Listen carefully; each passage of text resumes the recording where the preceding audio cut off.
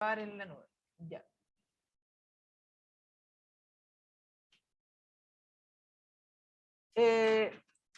Ya. Me preguntan por el control. Déjenme ver el control. El control de la idea que sería sobre... el control estaba fijado para el otro sábado. ¿Ah? Para el 26. Sería sobre lo que vamos a ver esta semana, la función de regresión lineal. ¿De acuerdo? Todos los temas que vemos esta semana.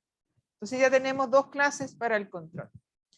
Entonces tenemos la variable dependiente, que la denominamos con una Y mayúscula por convención, y por otro lado tenemos una variable explicativa que sería la X mayúscula, ¿de acuerdo? Que es la variable independiente que explica, o explicativa porque explica el comportamiento de la variable dependiente. Dijimos, ¿existe relación de causalidad? No necesariamente, ¿de acuerdo? No necesariamente aquí tenemos causalidad. Bueno, aquí habíamos visto un ejemplo, la clase pasada habíamos visto un ejemplo que era el rendimiento escolar de niños de qué sé yo, básica o jóvenes de enseñanza media en función del tamaño de los cursos, ¿de acuerdo? O sea, esto generalmente ha sido una preocupación a nivel de educación escolar en que un gran tamaño de curso tiende a reducir la capacidad de concentración de los alumnos, el rendimiento escolar tiende a caer. Entonces uno espera, la hipótesis aquí que uno se formula es que existe una relación inversa entre rendimiento escolar y el tamaño de los cursos en términos de el número de alumnos por profesor, ¿de acuerdo? Entonces, la función de regresión lineal en este caso sería conocida, dijimos que era el valor esperado de la variable dependiente en relación a la variable explicativa. En este caso tenemos que los coeficientes de la función de regresión serían 700, sería la constante o el intercepto, y 0,6 sería la pendiente, ¿de acuerdo? O sea, fíjense que lo que me está diciendo esa función de regresión es que el rendimiento escolar, que tiene un máximo de 700, cae en 60% por el tamaño de los cursos, ¿de acuerdo?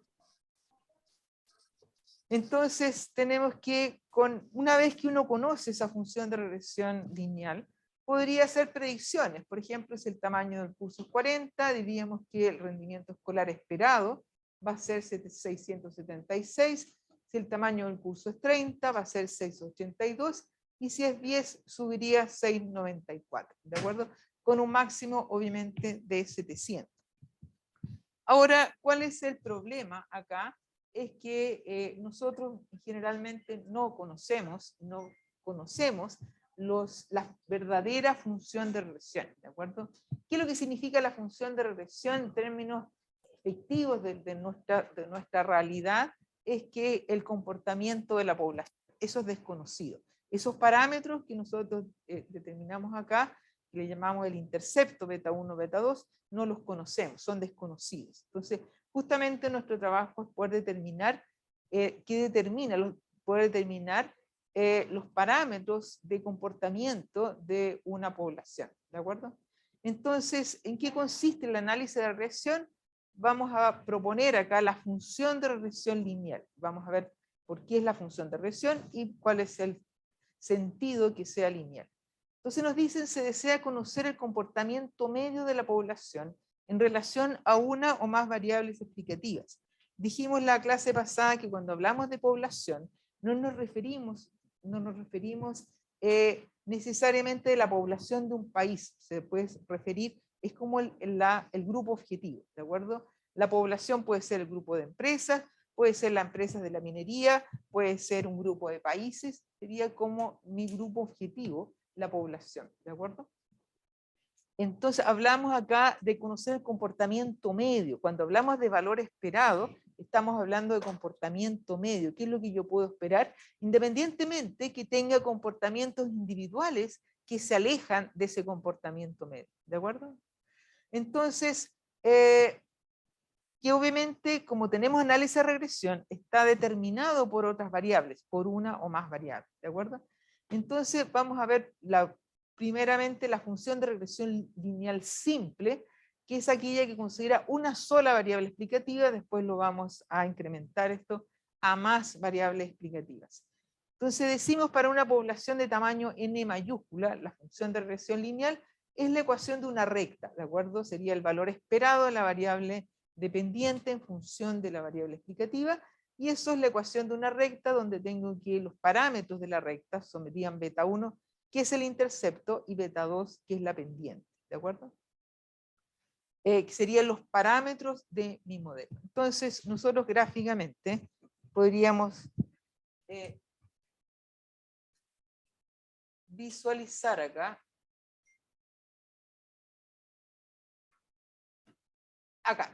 nuestra función de regresión lineal la podemos visualizar de esta manera.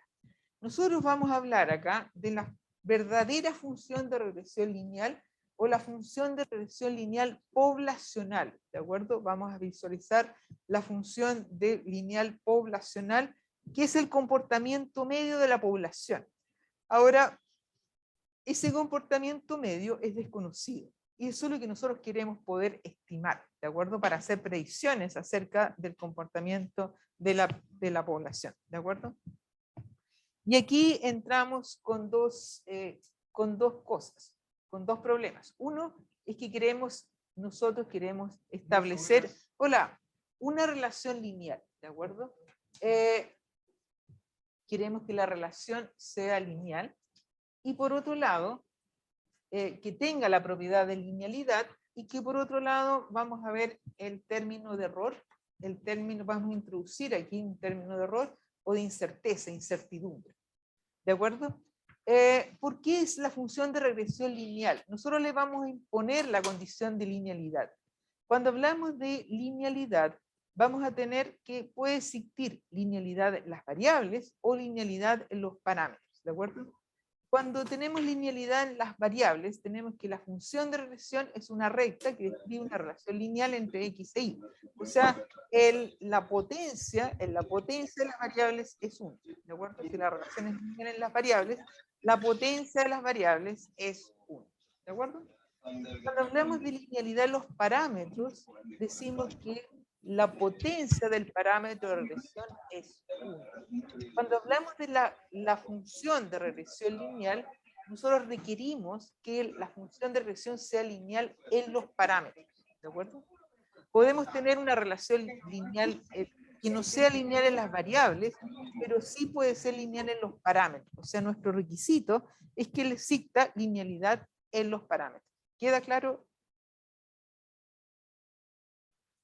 Entonces veamos un ejemplo. Entonces vamos a ver aquí cuáles de las siguientes funciones son lineales en las variables y en los parámetros. En la primera función, en la función lineal de regresión lineal, el valor esperado de y dado x, que es la línea recta, ¿de acuerdo? La ecuación de una recta. Y fíjense que aquí tenemos linealidad, la potencia de x es 1, linealidad en las variables.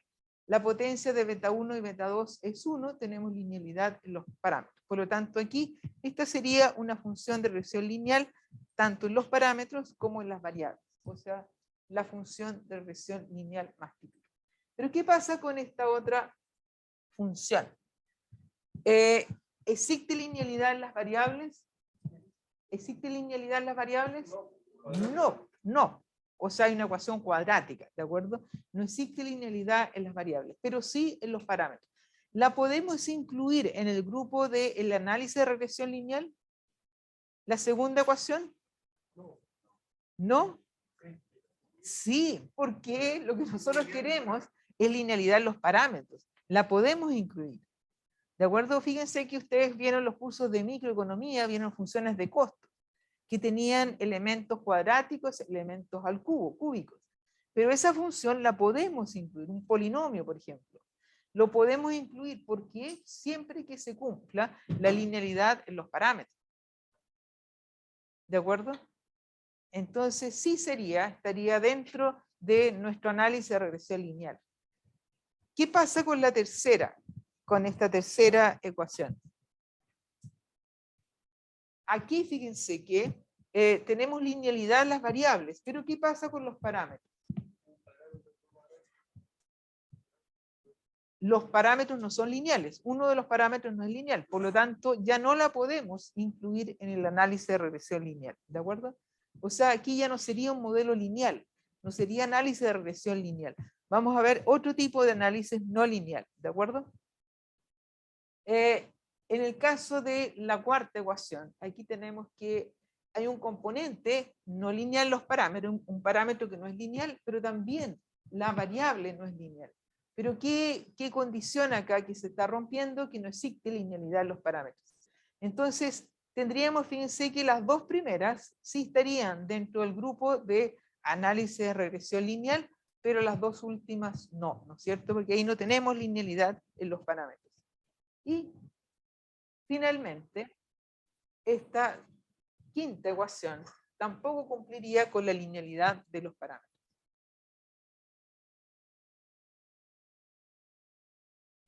Vamos a ver nosotros muchas veces que vamos a tener relaciones no lineales, entonces podemos transformar esas relaciones de tal manera de tener relaciones relaciones lineales, ¿de acuerdo? Eso vamos a ver ciertas transformaciones. Entonces, acá, dime. Claro, ese es el requisito. O sea, para que tú tengas un análisis de regresión lineal o la función cumpla con las condiciones del análisis de regresión lineal, tiene que haber linealidad en los parámetros. ¿De acuerdo? Independientemente que la variable no sea lineal. Esa es como la condición necesaria. Bueno, aquí cuando nosotros vemos la función de regresión lineal, hablamos de la regresión lineal poblacional, aquí hablamos del error poblacional. ¿Cómo surge ese error poblacional? Cuando yo me traslado, fíjense, me traslado de un punto de la función de regresión hacia un punto cualquiera. En este punto, acá, yo tengo que, para cualquier valor de X, yo tengo un valor de Y, ¿de acuerdo? Un valor individual. Y la distancia entre ese valor individual y la función de regresión es lo que llamamos el error poblacional, ¿de acuerdo? Ese es un error poblacional y que aparece ese error poblacional, vamos a ver después, que explica ese error poblacional, que aparece por la incertidumbre, ¿de acuerdo? Porque dado que nosotros no conocemos la verdadera regresión, la tenemos que estimar, ¿de acuerdo? La tenemos que estimar, tenemos que hacer predicciones, pero no la conocemos, ¿de acuerdo? Esa incertidumbre desaparece, eso lo hablábamos en la clase pasada, desaparece esa incertidumbre alguna vez. No, ¿no es cierto? Porque fíjense que nosotros podríamos tener un momento en que tenemos mucha información, ¿no es cierto? En que podríamos tener mucha información al día, pero siempre está apareciendo incertidumbre. Siempre van a haber situaciones y decisiones que escapan a lo que es el comportamiento medio de una población, ¿de acuerdo? Estábamos en un momento de paz y surge la operación militar, en la operación que dice Rusia que no es una guerra, pero bueno, la invasión en Ucrania, y estamos en guerra. Entonces, eso crea una incertidumbre. ¿Cuándo terminará la guerra? ¿En qué va a pasar entre Ucrania y Rusia? ¿Qué va a pasar con la OTAN? ¿Entra la OTAN, no entra la OTAN? ¿Qué va a pasar con Rusia? El mundo ya no es el mismo de antes de la guerra y eso obviamente genera incertidumbre. Entonces, vamos nosotros a definir nuestro modelo de regresión lineal, ¿de acuerdo? Nuestro modelo de regresión lineal. Entonces, ¿de qué se compone nuestro modelo de regresión lineal? Por una parte tenemos la función de regresión lineal, que recuerden que aquí es importante recalcar que es el valor esperado, el valor promedio de la variable pendiente dada la variable explicativa que se conoce, y eso sería la función de regresión lineal. Cuando yo me voy del comportamiento medio a una observación individual, aquí se le agrega el término de error, ¿de acuerdo? El término de error que sería la incertidumbre, lo desconocido. Vamos a ver una propiedad que es tremendamente importante en nuestro modelo de regresión lineal, que nos dice que los errores se compensan en la media, ¿de acuerdo? ¿Por qué? Entonces decimos que el valor esperado del error, dado el valor esperado condicionado de AX, es 0. Entonces vamos a ver por qué. ¿Por qué se compensarían en la media? porque se compensan. Vamos a ver este ejemplo. Nos dice la función de regresión lineal para el rendimiento escolar en función del tamaño de los cursos. Esto es lo que habíamos visto. Aquí tenemos que los parámetros, el parámetro intercepto sería 700 y la pendiente 0,6, de acuerdo con signo negativo. Entonces fíjense que aquí tenemos el valor esperado del rendimiento escolar si el tamaño de los cursos es 40. Y eso sería 6,76. Entonces aquí tenemos, fíjense que tenemos 3, 4, 5, 5 rendimientos escolares para un tamaño de curso 40 distintos de la media, ¿de acuerdo? Para el mismo tamaño del curso tenemos distintas anotaciones de rendimiento escolar. Entonces, ¿cuánto sería el error en cada caso? Entonces vamos a ver el ejemplo. Yo lo voy a anotar y después lo voy a compartir con los alumnos que están en su casa.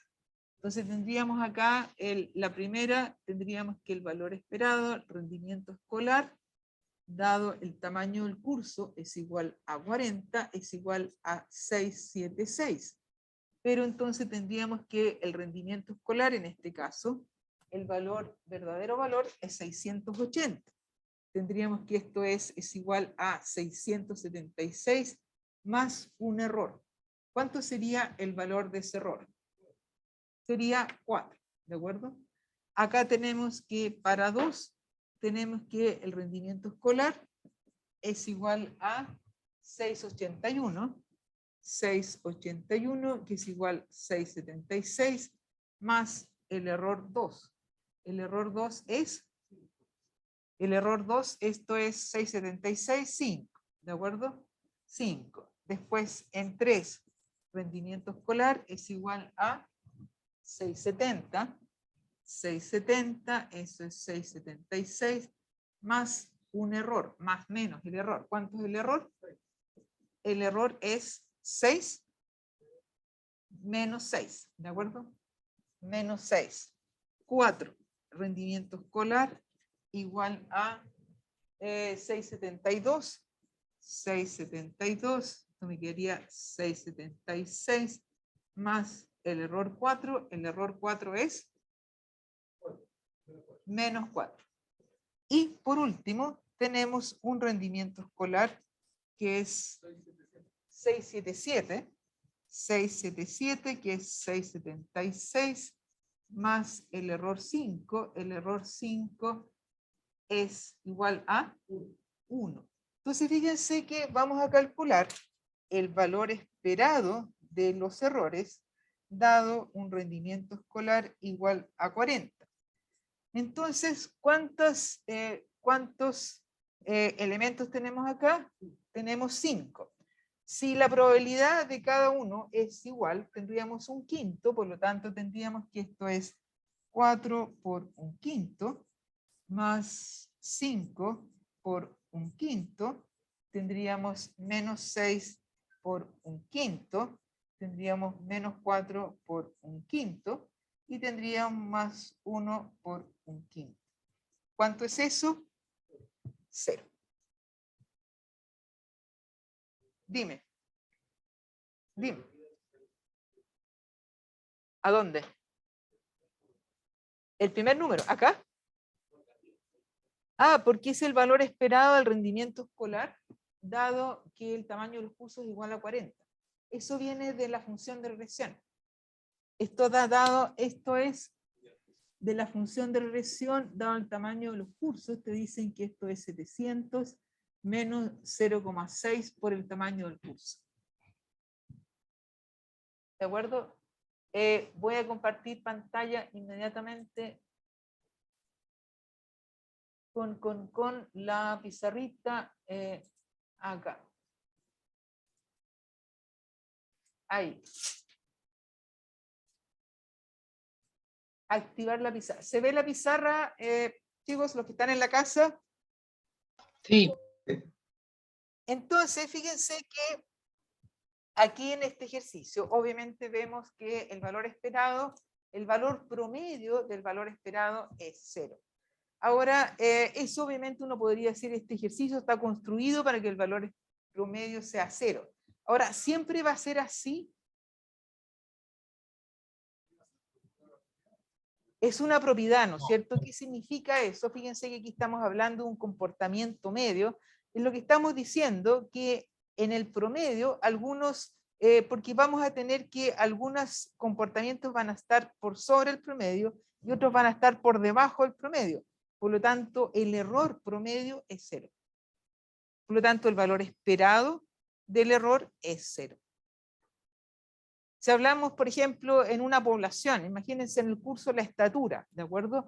Hay una estatura promedio, algunos están por arriba de la media y otros están por debajo de la media. El valor esperado del desvío con respecto a la media es 0. ¿Queda claro? Dime. Un quinto es la probabilidad. Acuérdate que el valor esperado de una variable aleatoria, esto sería la sumatoria de la f de x, que sería la probabilidad por xy. La probabilidad por el valor que toma la variable aleatoria. ¿De acuerdo? Aquí vamos a ir repasando las propiedades de valor esperado, de varianza. Sería la sumatoria de la probabilidad de xy, la probabilidad que tome ese valor, por el valor que toma. La probabilidad, si los valores, la probabilidad que tome son todas iguales, tenemos 5 observaciones, tenemos 5 valores, 5 observaciones, por lo tanto la probabilidad es un quinto igual para todas. ¿De acuerdo? ¿Queda claro? ¿Queda claro? Bueno. Para los que están en la casa, ¿queda claro? Sí, profe. Sí, profe. ¿Sí? Bueno, vamos a continuar entonces con nuestra PPT. Y acá entonces nos dicen por qué el término de error. ¿Qué explica el término de error? Nos dicen, mire, la teoría puede estar incompleta o ser errónea. Porque, por ejemplo, el desempeño escolar dependerá solamente del número, del tamaño del curso. No, porque va a depender de otras cosas. Depende de las propias capacidades de los niños. Depende de las condiciones socioeconómicas de los niños. Si se alimentan bien o se alimentan bien. Si los papás lo ayudan en la casa a hacer las tareas, etc. Hay otras razones, obviamente, que explicarían el desempeño escolar. Por lo tanto, hay un hay un término de error, ¿no es cierto? Hay un elemento de incertidumbre. Yo no puedo predecir exactamente el rendimiento escolar de acuerdo al tamaño del curso. También tenemos que existe un conjunto de variables que están excluidas del modelo, ¿de acuerdo? Que está relacionado con lo primero. O sea, en mi modelo, si yo quiero explicar el rendimiento escolar, tendría que agregar esas otras variables, como las excluyo del modelo, ¿dónde van estas variables? En el término de error, ¿de acuerdo? Cuando ustedes formulan un modelo y a lo mejor les faltan variables, son variables excluidas, van a estar en el término de error. También podrían haber variables redundantes, ¿de acuerdo? Vamos a hablar un poquito de eso. La otra razón para el término de error son datos difíciles de obtener, ¿de acuerdo? Muchas veces hay datos difíciles de obtener. La teoría conceptualmente nos dicen, por ejemplo, nos hablan de las preferencias. ¿Cómo puedo medir las preferencias? Muchos estudios se hacen, por ejemplo, lo que se llaman las preferencias reveladas, que ustedes veían en microeconomía. Esto se hace a través de una encuesta, por ejemplo, cuando se hace un estudio de demanda y uno dice, ¿cómo puedo capturar la preferencia? Y se hace de una forma indirecta, ¿no es cierto? Porque la gente no dice, oye, la gente te puede decir, mira, a mí me gusta el helado de chocolate, pero a la hora de los cubos elige el helado de vainilla. Entonces uno dice, oye, pero ¿cómo es la cosa? Entonces, ¿dónde están tus preferencias? Entonces se hace una serie de pruebas para determinar la preferencia. ¿De acuerdo? También a la hora de votar, las encuestas electorales, por ejemplo. ¿Por qué pocas veces se achuntan a la encuesta electoral? Porque la persona tiende a no revelar su verdadera preferencia. Entonces, justamente si yo quiero estimar una ecuación de demanda en función de preferencia, voy a cometer un error, ¿no es cierto? Porque podría usar los precios, podría utilizar alguna variable que no esté representando fielmente las preferencias. La cuarta razón para el término de error es la aleatoriedad del comportamiento humano, la variabilidad en el consumo y en general por la aleatoriedad del comportamiento humano. ¿Dónde podemos ver esa aleatoriedad del comportamiento humano? Todos los días. ¿Dónde se expresa esa aleatoriedad del comportamiento humano todos los días? Las decisiones que se toman. ¿Y en qué se refleja todos los días? Que nosotros podemos ver esa volatilidad. Todos los días esa volatilidad. En las emociones, fíjate que las emociones, ¿de acuerdo? ¿Qué refleja más fielmente las emociones de las personas?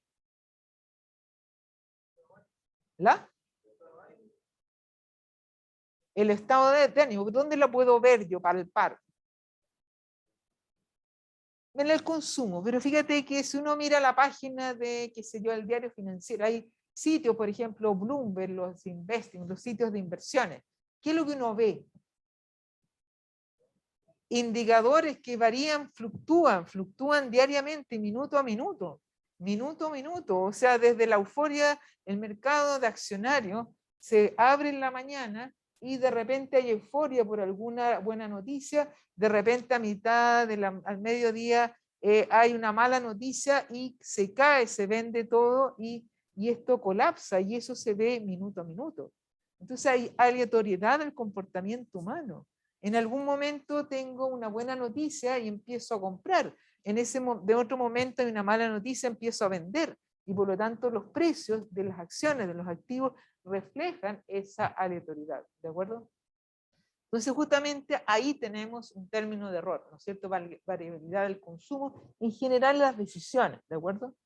Y por último tenemos errores de medición. O sea, en el modelo de consumo, por ejemplo, se mide el ingreso disponible en lugar del ingreso permanente, ¿de acuerdo? Es difícil determinar cuál es el ingreso permanente de las personas, ¿de acuerdo? Lo que está en los datos es el ingreso disponible, ¿de acuerdo? Entonces, todas esas razones podríamos encontrar para el término de error. Y por último, la forma funcional podría ser errónea.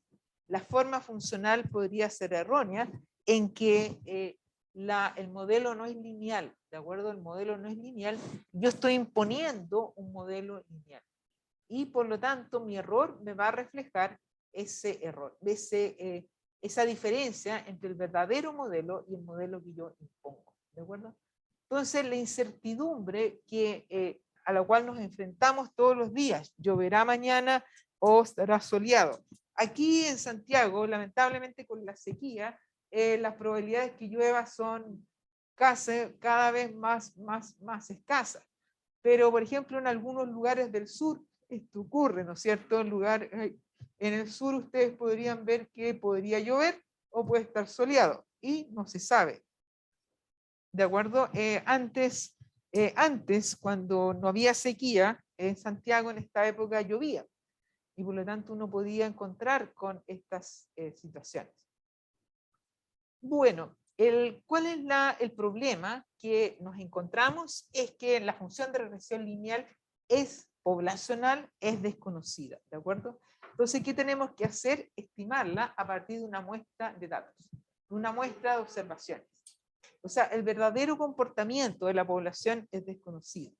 Por lo tanto, lo que nosotros tenemos que hacer es estimarla a partir de una muestra de observaciones que va a ser nuestra función de regresión muestral. ¿De acuerdo? ¿En qué se diferencia la función la función de regresión muestral de la función de regresión poblacional? ¿En qué se van a diferenciar? Básicamente en que el tamaño de la muestra es menor que el tamaño de la población. Si nosotros usáramos una muestra exactamente igual del mismo tamaño de la población, ¿tendríamos la función de regresión poblacional? Probablemente. ¿De acuerdo? Probablemente tendríamos que hacer un censo. ¿De acuerdo? Ahora, siempre y cuando los valores, los parámetros sean estables, que no cambien en el tiempo. ¿De acuerdo? Entonces, fíjense que tenemos dos dificultades. O sea, el tamaño de la muestra tiene que ser suficientemente grande, cercano a la población, pero por otro lado, que los parámetros no cambien en el tiempo, ¿de acuerdo? Sean estables. Dos desafíos, ¿de acuerdo? Entonces vamos a decir que la función de regresión muestral le vamos a llamar a la recta. Entonces aquí usamos como nomenclatura, le vamos a poner aquí un gorrito arriba a la variable dependiente, un gorrito a los parámetros, al intercepto y a la pendiente, ¿de acuerdo? Entonces vamos a decir que la función de regresión muestral es la función de regresión poblacional estimada, y está estimada no quiere decir de estimar en términos de los afectos, sino está estimada dándole valores. Estimar quiere decir, le voy a dar valores a los parámetros, ¿de acuerdo? Eso quiere decir estimar. Le estoy dando valores a un parámetro. Entonces, cuando estimo un parámetro, le estoy dando valores numéricos, ¿de acuerdo?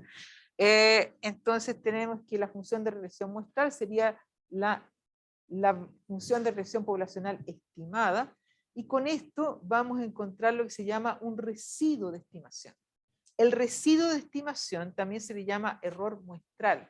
¿Por qué se llama residuo? Porque fíjense que es lo que me queda, es como la basura del residuo, ¿de acuerdo? Es la diferencia entre el valor observado y el valor estimado, ¿de acuerdo? Eso es el residuo de estimación. Es la diferencia entre el valor observado y el valor estimado, ¿de acuerdo? Entonces fíjense que para una observación individual, yo tengo que la observación, el valor observado de la variable sería este, es el verdadero valor. Aquí tengo la función de regresión muestral, la función estimada, y aquí le agrego el residuo de estimación. Esto se parece a la función de regresión poblacional. La regresión poblacional, aquí tenemos los verdaderos valores de los parámetros, aquí tenemos los valores estimados. Entonces hay una diferencia entre las dos. ¿Queda claro? ¿Queda claro? Los que están en la casa, ¿queda claro esto? ¿Queda claro los que están en la casa? Profe. Sí, profe. Bueno, entonces aquí podemos visualizar, ¿no es cierto? La línea roja es la verdadera regresión, o sea, la regresión poblacional. La línea verde es la función de regresión muestral estimada, ¿de acuerdo? Hay una diferencia entre las dos, o sea, obviamente yo quisiera que se parezcan lo más posible. Para eso necesito construirla de una manera en que sea lo más cercana, ¿de acuerdo?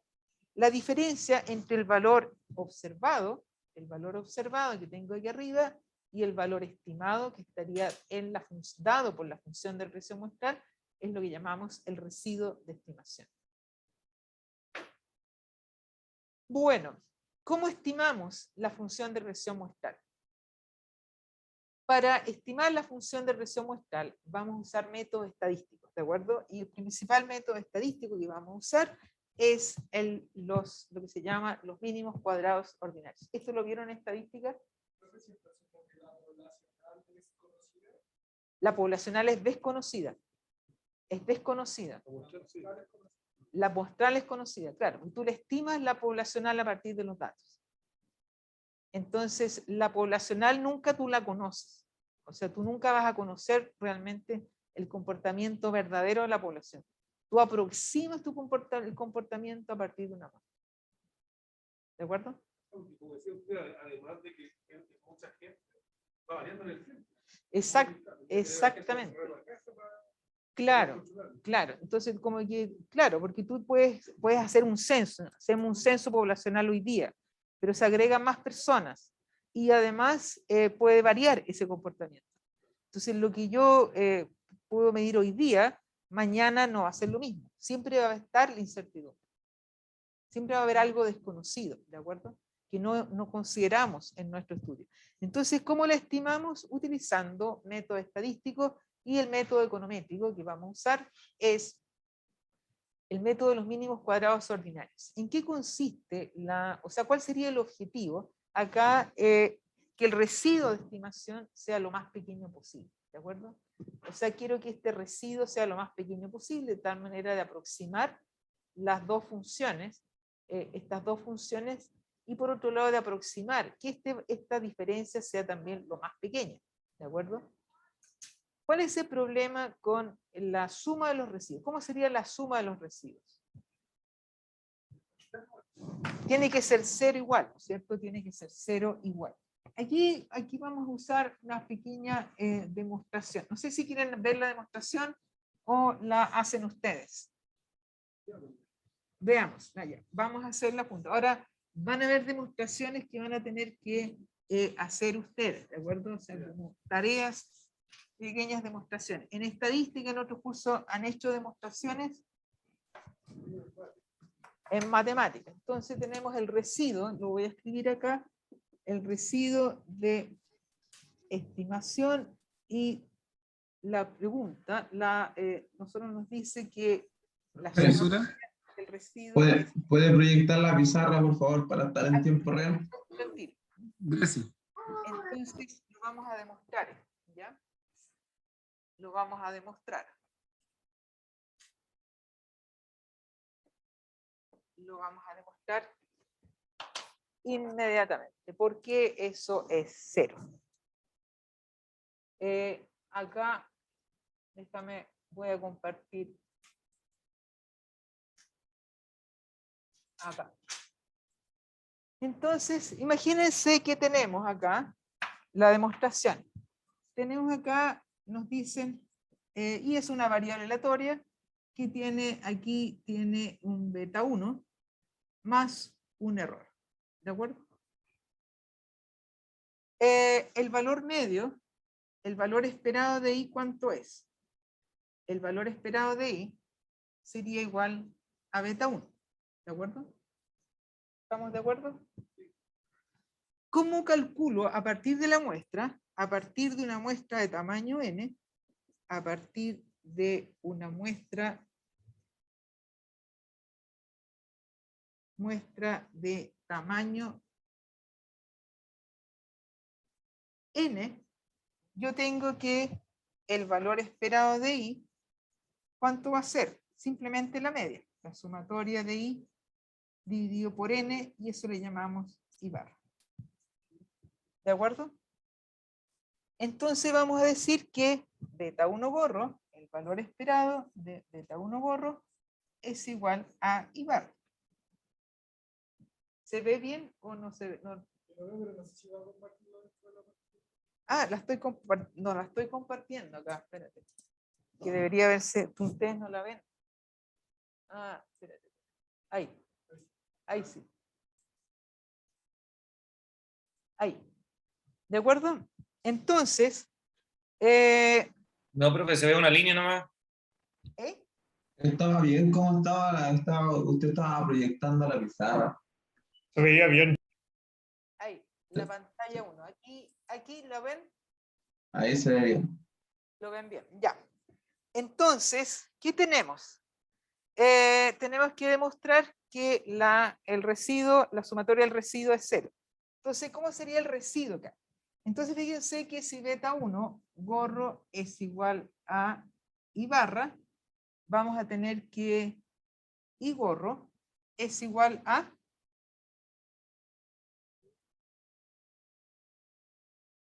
beta 1 gorro, ¿o no? ¿Están de acuerdo? Entonces, ¿cómo quedaría mi residuo? Mi residuo queda i menos i gorro, y este residuo me quedaría,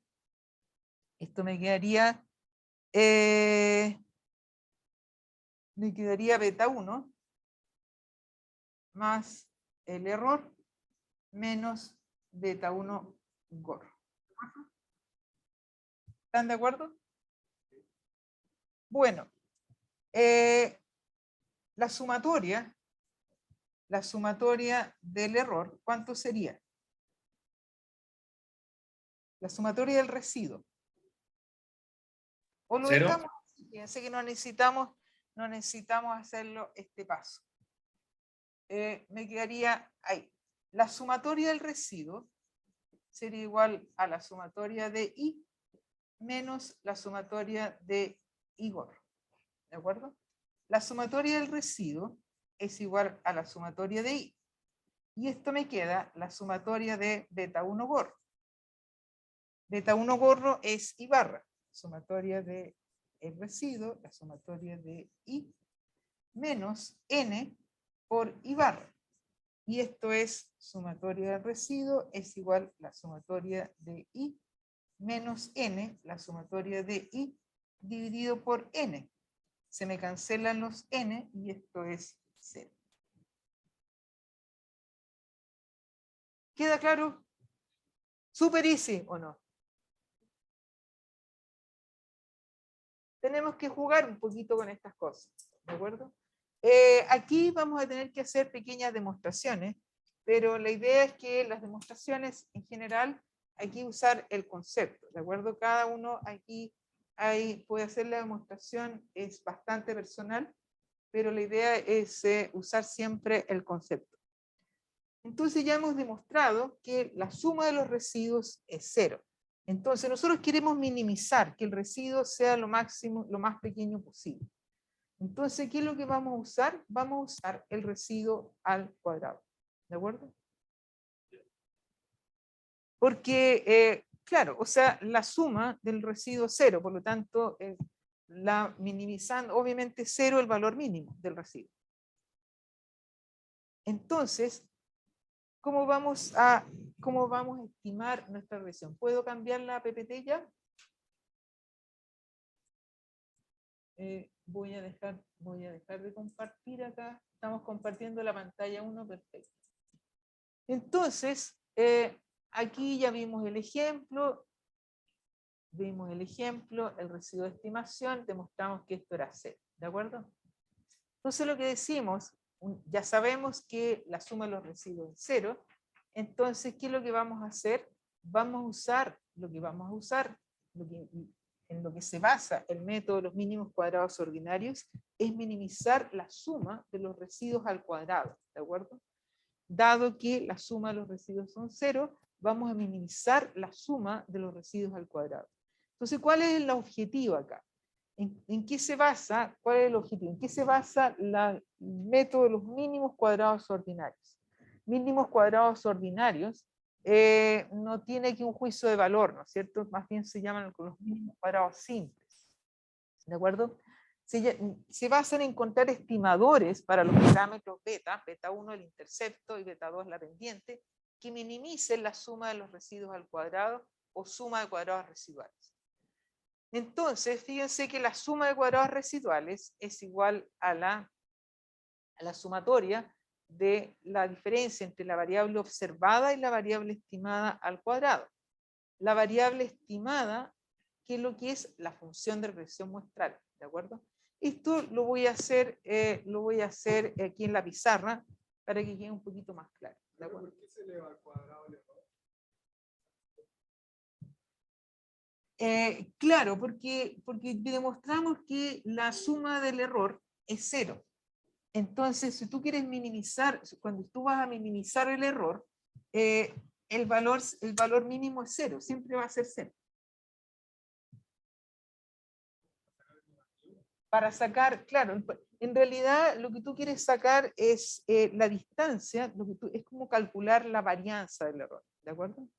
Entonces, si el valor medio es 0, por definición siempre va a estar el valor medio 0. Entonces no vas a estimar nada. Entonces lo que tú quieres es, en el fondo, es minimizar la franja del desvío del error con respecto a la media. ¿De acuerdo? Por eso minimizamos la suma minimizamos la suma del error al cuadrado, porque la suma del error es 0. No sé si queda clara la idea. ¿De acuerdo? Igual conceptualmente, 0 al cuadrado es más grande que 0 solo. Claro, 0 al cuadrado más grande que 0 solo es 0. Claro, entonces, en el fondo lo que queremos nosotros, lo que vamos a minimizar, para mostrarles acá, me voy a adelantar un poquito, pero para mostrar acá lo que vamos a minimizar, aquí es esto. Eso es lo que queremos minimizar, ¿de acuerdo? Si tenemos una regresión, tenemos un conjunto de puntos, lo que queremos minimizar es esa área. Y esa área está reflejada por la suma de los residuos al cuadrado. ¿De acuerdo? Entonces, lo vamos a ver en la pizarra acá. Lo vamos a ver en la pizarra. aquí ahí tenemos unos mensajes, la función de regresión, aquí está, compañero, usted está mandando, compartiendo, acá tenemos,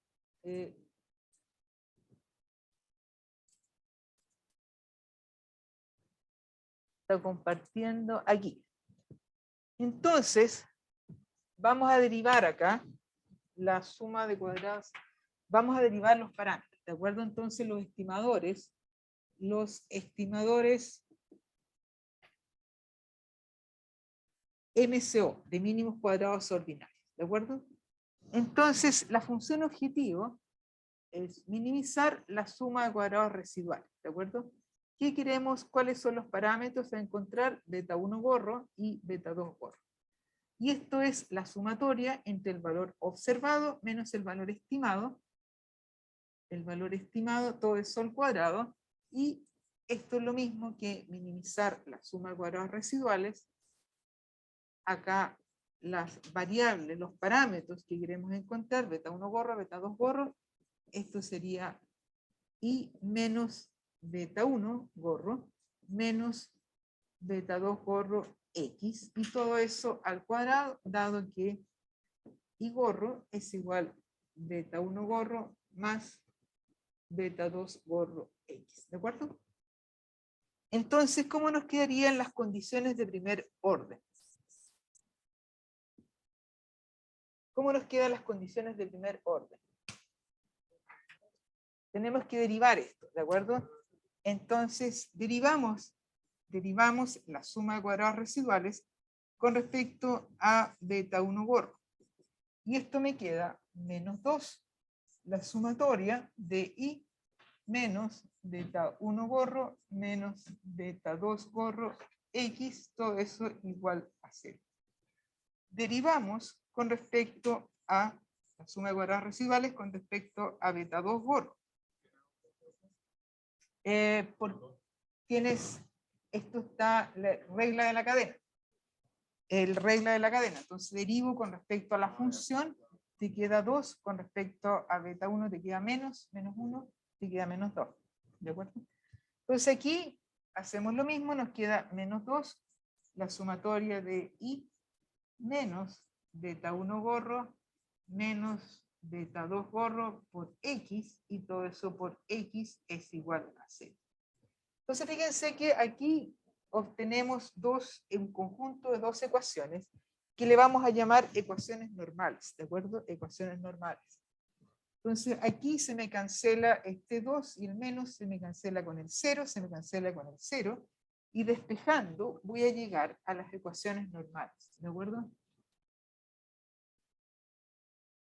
Que es un sistema de ecuaciones que le llamamos ecuaciones normales. Ecuaciones normales de las condiciones de primer orden. Condiciones de primer orden. Entonces vamos a obtener primero que la sumatoria de I es igual a beta 1 más beta 2 por la sumatoria de X. La segunda ecuación me queda la sumatoria de I por X, la sumatoria de X por I, y por otro lado me queda beta 1 por la sumatoria de X es igual a beta 1 gorro, la sumatoria de X más beta 2 gorro por la sumatoria de X al cuadrado. Y estas condiciones de primer orden se traducen en estas ecuaciones normales. Le falta el n, la sumatoria. Esto le falta la sumatoria, lo vamos a colocar inmediatamente, la sumatoria de beta 1 gorro. Ahí. Sería mi sistema de ecuaciones normales. ¿Queda claro? Entonces, ¿cómo resolvemos esto? ¿Cómo resolvemos esto? En la primera ecuación esto es n, ¿no es cierto? Aquí esto es n, entonces nos queda d1, nos va a quedar la sumatoria de i es igual a n por beta 1 gorro más beta 2, la sumatoria de x1 i. Si dividimos todo por n, podríamos despejar beta 1. ¿Y qué es lo que nos queda? Beta 1 gorro es igual a, dividiendo todo por n, me queda i barra menos beta 2 gorro x barra, en que i barra es la sumatoria de i dividido por n, x barra es la sumatoria de x dividido por n. En ambos casos es la media muestral, ¿de acuerdo? Eso. Entonces, encontramos ya una solución, beta 1 en función de beta 2 gorro, y entonces reemplazando, podemos reemplazar beta 1 gorro en 2, la segunda ecuación. Entonces, ¿qué nos va a quedar? Nos va a quedar la sumatoria x y es igual a i barra menos beta 2 gorro x barra, todo eso por la sumatoria xy más beta 2 gorro por la sumatoria x al cuadrado. Entonces, la ecuación 2, ¿qué es lo que vamos a obtener? Fíjense que acá tenemos sumatoria de x por y tenemos sumatoria de x por i barra. Entonces, vamos a factorizar acá. Vamos a factorizar la sumatoria de x por y menos i barra, ¿de acuerdo? Esto con esto de acá. Por otro lado, acá a la derecha tenemos beta 2 gorro, la sumatoria de x por x, que es x cuadrado, más sumatoria de x por x barra. Sumatoria de x por x menos x barra. Aquí hay una propiedad de las sumatorias que ustedes van a tener que demostrar, pero es, por ahora, esto que tenemos acá es la variable en desvío con respecto a la media, ¿de acuerdo? La variable en desvío con respecto a la media que nosotros vamos a usar.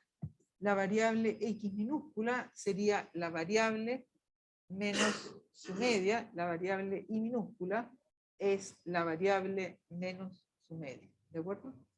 Fíjense que esto que tenemos acá es exactamente la sumatoria x minúscula y minúscula es igual a beta 2 gorro, la sumatoria x minúscula al cuadrado.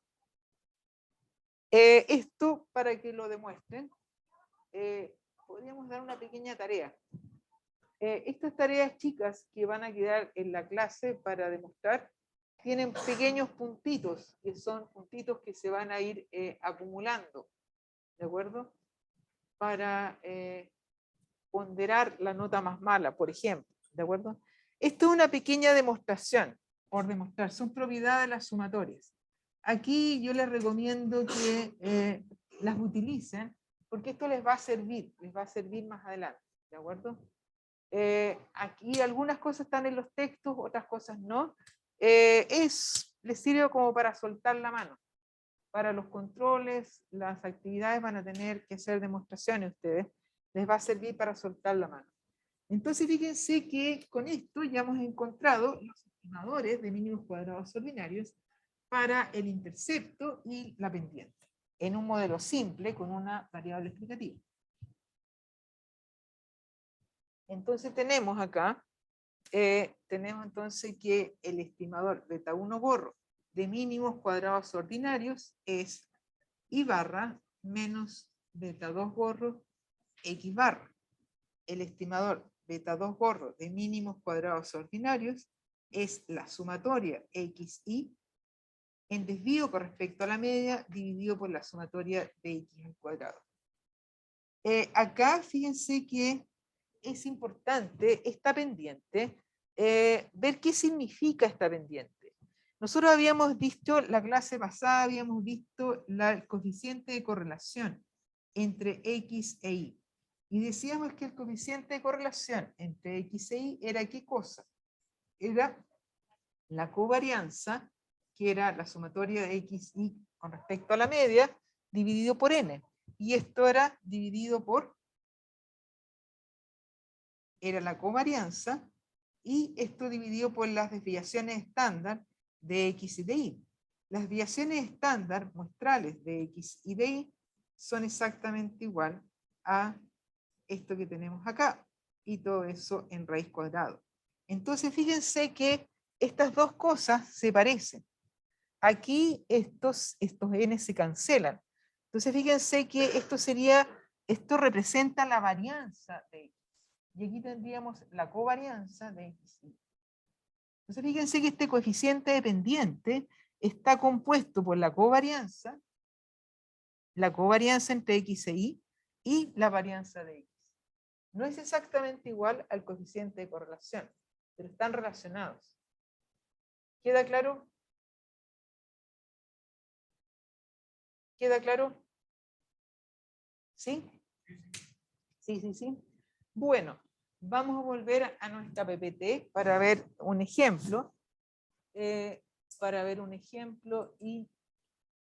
aquí tenemos las ecuaciones normales y los estimadores de mínimos cuadrados ordinarios.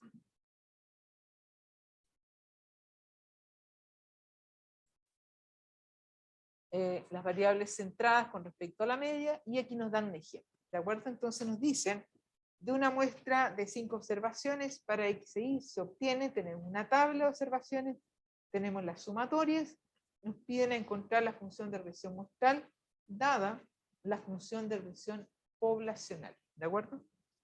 Entonces voy a escribir los datos para que lo hagamos en la pizarrita.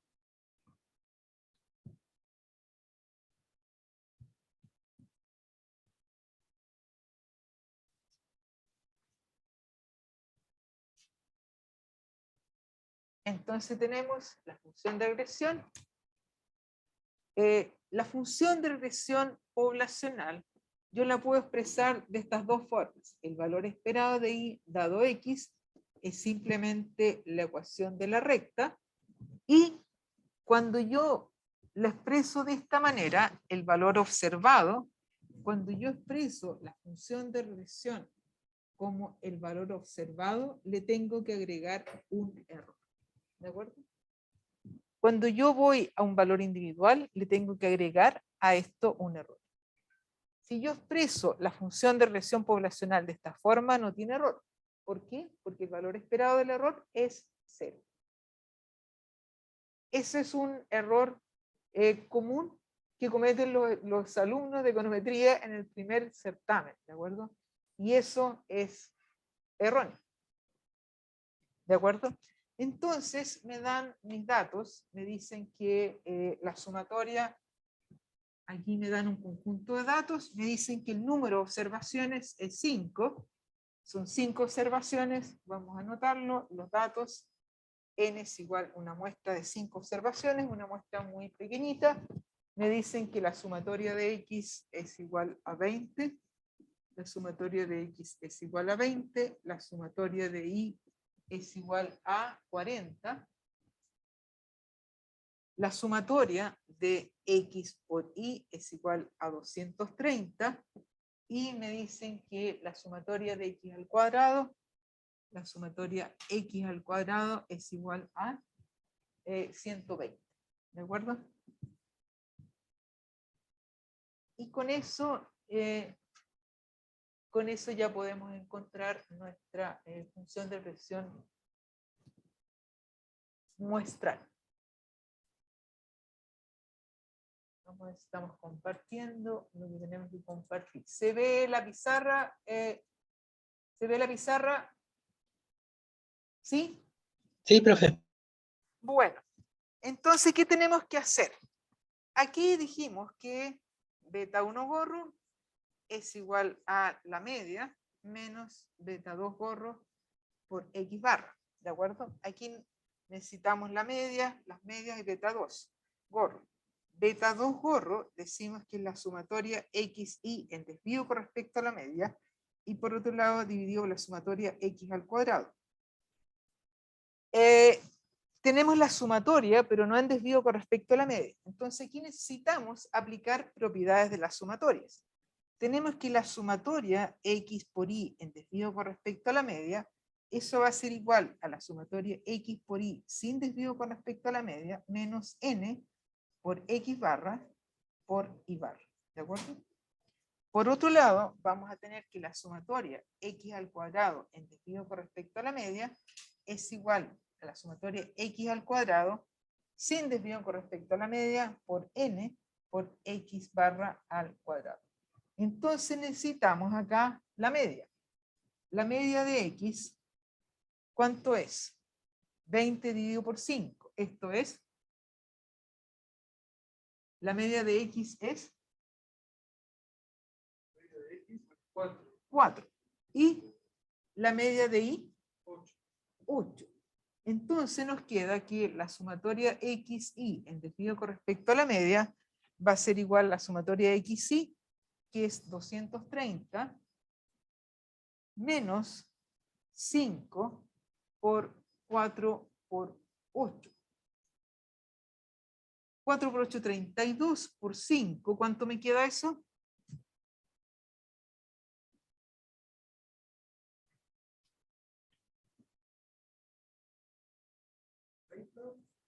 ¿Ya?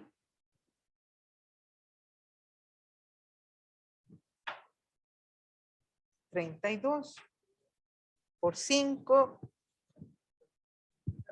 70, ¿ya? Y la sumatoria ahora de X al cuadrado, lo voy a agrandar un poquito la letra, me parece que está muy chica, la sumatoria de X al cuadrado en desvío con respecto a la media es igual a la sumatoria de X al cuadrado, que me dicen que es igual a 120 menos 5 por 4 al cuadrado, que es 16.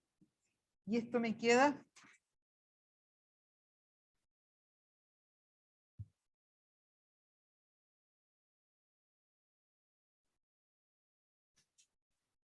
¿cuánto me queda?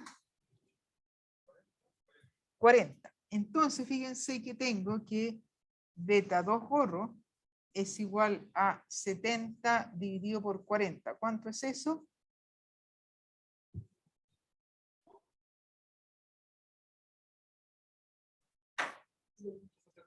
¿Cuánto? 1.75. 1,75. Y beta 1 gorro es igual a I barra, que es 8, menos 1,75 por 4. Y eso es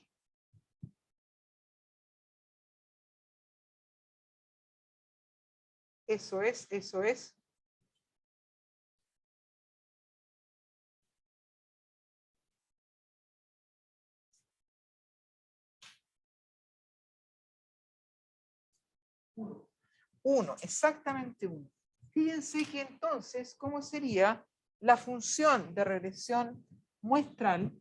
La función de regresión muestral es la recta estimada, ¿de acuerdo? Le llamamos la función de regresión muestral. Entonces, va a ser la recta estimada, que la expresamos y gorro sería igual a 1 más 1,75 X.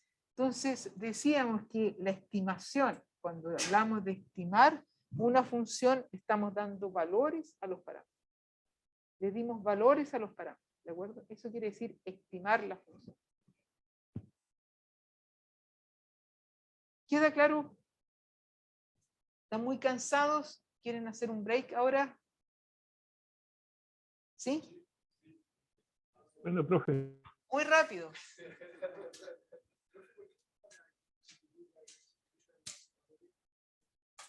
Ah, por las ecuaciones normales. Eso viene de las ecuaciones normales. Porque la X minúscula, la Y minúscula y la X minúscula, todo esto viene de las ecuaciones normales. Recuerda que en las ecuaciones normales, cuando derivamos nuestro modelito acá, del estimador de mínimos cuadrados ordinarios, llegamos a estas ecuaciones normales, ¿de acuerdo? Acá. Al despejar acá, tenemos lo siguiente. Ahí. Voy a compartir déjame ver si estamos compartiendo con tus compañeros. Ya. Tenemos las ecuaciones normales. Entonces, esta sumatoria, aquí X menos X barra es la X chica, la X minúscula. Se llama la X en desvío con respecto a la media. Esta Y menos la media es la variable en desvío con respecto a la media. La variable sin desvío con respecto a la media, por esa variable en desvío con respecto a la media, es la sumatoria de x al cuadrado en desvío con respecto a la media. Y esa es una propiedad de las sumatorias. Esta variable sin desvío con respecto a la media por la otra variable en desvío con respecto a la media es igual a la sumatoria de las dos variables en desvío con respecto a la media. Y esa es una propiedad de la sumatoria, la propiedad que ustedes tienen que demostrar. No, pero el desvío con respecto a la media de la variable.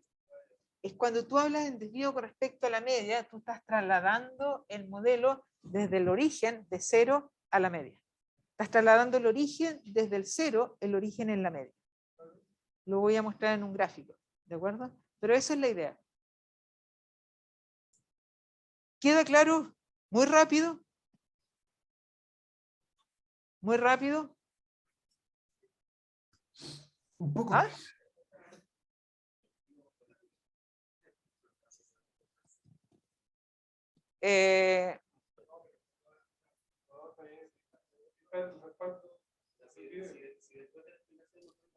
Sí. Bueno, vamos a dar un ratito después de la explicación. Pero esa es la idea. Esa es la idea. Bueno, vamos a ver qué hora es. Aquí no sé si este reloj estará bien. Aquí tenemos las 8:15. 10 minutos, 15 minutos. 8:30. 8:30, ya. 8:30.